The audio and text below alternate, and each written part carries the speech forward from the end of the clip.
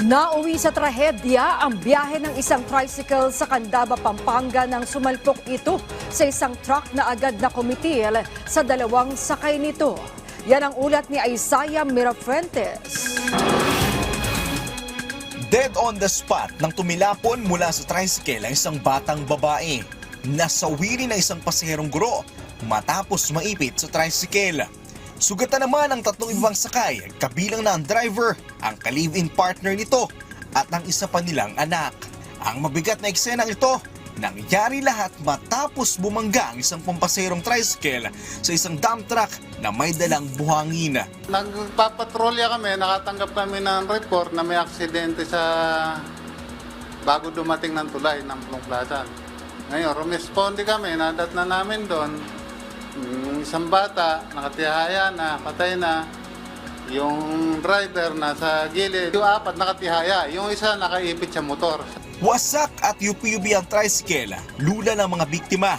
Sakay ng tricycle ang pamilya ng driver at may isa silang pasahero na isang guro na nasawi nga sa tindi ng pagkakabangga.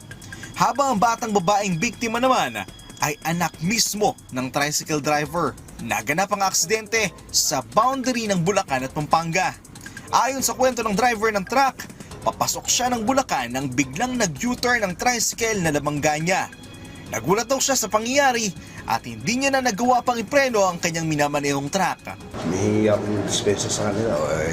Aksidente kasi hindi ko rin kagustuhan yung gano'n. Naisugat pa sa pagamutan ng mga biktima. Ayon sa opisyal ng barangay Pulong Palasa, accident prone daw talaga ang lugar. Kasi paahon yung paliko pa. Kaya marami rin na-aksidente ron.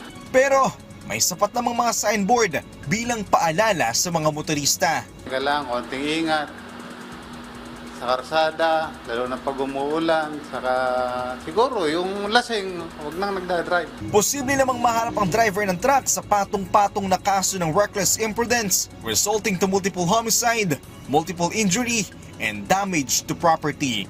Isaiah Mirafuentes para sa Pambansang TV sa Bagong Pilipinas.